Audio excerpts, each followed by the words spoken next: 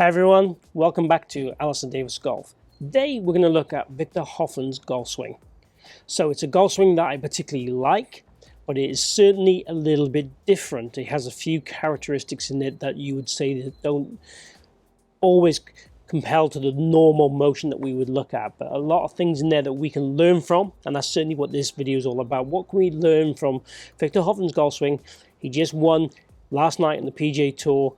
Great player, huge prospect. I would predict he's probably going to be a Ryder Cup player for us, for Europe that is, in this coming match. So for me, he is raw talent, raw power, and definitely someone that I would class as a winner. So if you are a new viewer, please consider following and subscribing. I post videos every week on a variety of subjects. This is the swing review. I normally do sort of swing concept stuff, swing tip stuff and explanations, but I will do some swing reviews as well throughout the year. So keep watching to learn all about Viktor Hovland's golf swing and his technique.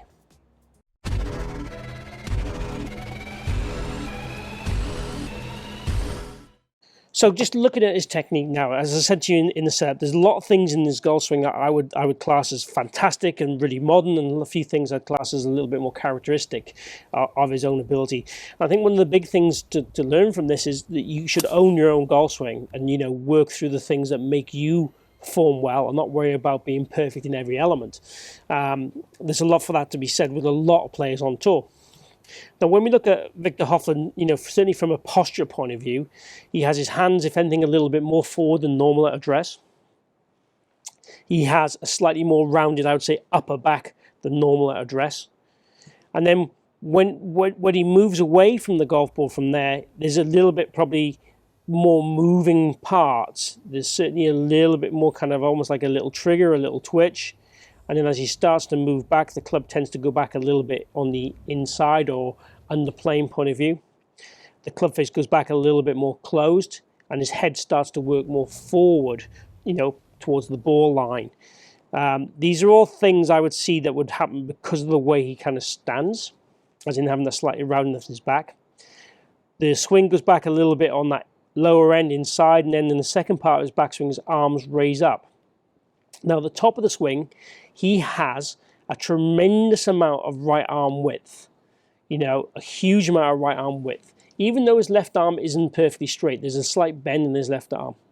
What I really like about Viktor Hovland's swing here, he has height in his arm swing and width in his arm swing. Two of the things I would see you have to create power and also to give you time. Those guys that feel like they rush the downswing, having height and width in the swing is a way of feeling you have time to get that club moving the right way in the downswing. He has a good turn. He has a little bit of forward bend in his backswing, probably a little bit more than, again, I would have as my ideal. But there's nothing wrong with it as long as he manages it properly, which is the key thing in this. His wrist, as he goes back, goes into flexion very early on. Part of the reason why the club face goes a little bit closed, and it stays in flexion throughout the whole of the backswing. Now, most amateur golfers that start in flexion would probably go into extension at the top of the backswing, and that would become an issue for me. So again, one of the things we can learn from Viktor Hovland here is if you're going to go in flexion, try and stay in flexion. A bit like kind of, you look at John Rahm and Dustin Johnson, they have great flexion of the wrist at the top of the swing.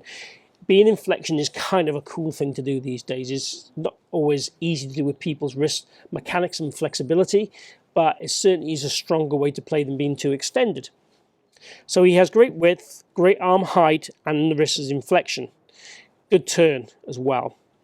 So then on the downswing from there, what happens is he rotates very, very quickly as he drops his arms, and his wrist gets into a huge amount of flexion in the start of the downswing. His arm plane is in quite, again, an upright position. His right arm drops massively below his lead arm. Now, again, if you're looking to shallow the club, getting that right arm or trail arm to drop massively below that lead arm with the wrist in flexion is such a strong place to be. It is a hugely strong place to be. You have to be able to do it. What he does then, obviously, is rotate and rotate and rotate and rotate through the golf ball. His right wrist is still in extension through that impact hitting area. Left wrist is still in flexion. He probably has a fraction too much right side bend, I would say, impact. Certainly with the driver swing, the iron swing, not so much. That's not too bad. But his iron swing, you'll notice how bent his left arm is there just coming into impact. So again, something to learn. You don't have to have a perfectly straight arm you know, throughout the swing and throughout the downswing. He actually gets that left arm pretty bent. The right arm, the trail arm, has still got a lot of bending it also. And then what he does then is pushes off the ground really well and rotates up. And he's got a huge rotation on the forward swing. Huge rotation. The wrist, now the lead wrist for the first time goes into kind of extension in that post-impact position. And the club face is, if anything, slightly open in that post-exit position. So I would say to you, the club face is really strong all the way through the golf swing, slightly closed. And then through impact, it gets pretty square. And then he's letting it relax more in the through swing. So the wrist goes into this extension, the club face opens up. And again, he has a huge height with his torso, a huge extension in his torso.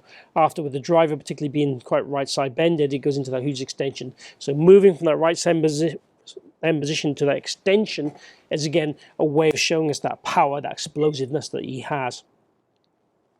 So I really like what he does. You know, he has great flow, great motion, great commitment. So if we look at what we can learn from this, is having the lead wrist more in flexion creates strength for me.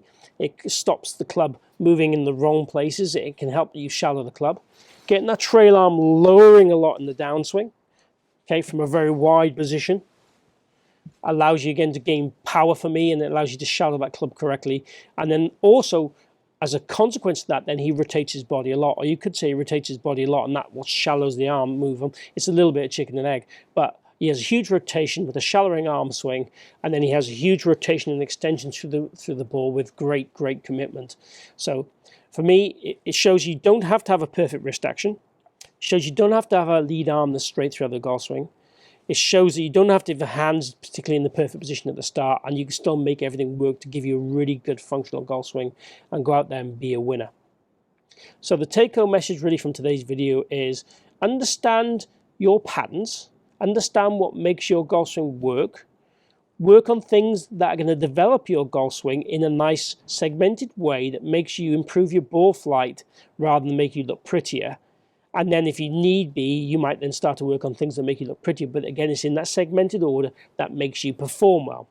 So for example, if you have what we call a strong grip, you should be hitting draws and hook shots. If you are not, your release pattern is matched to your grip to make you hit good shots. So if you started then fiddling with your release pattern, you might start hooking the ball. And now if you do start hooking the ball, then you'd have to change your grip.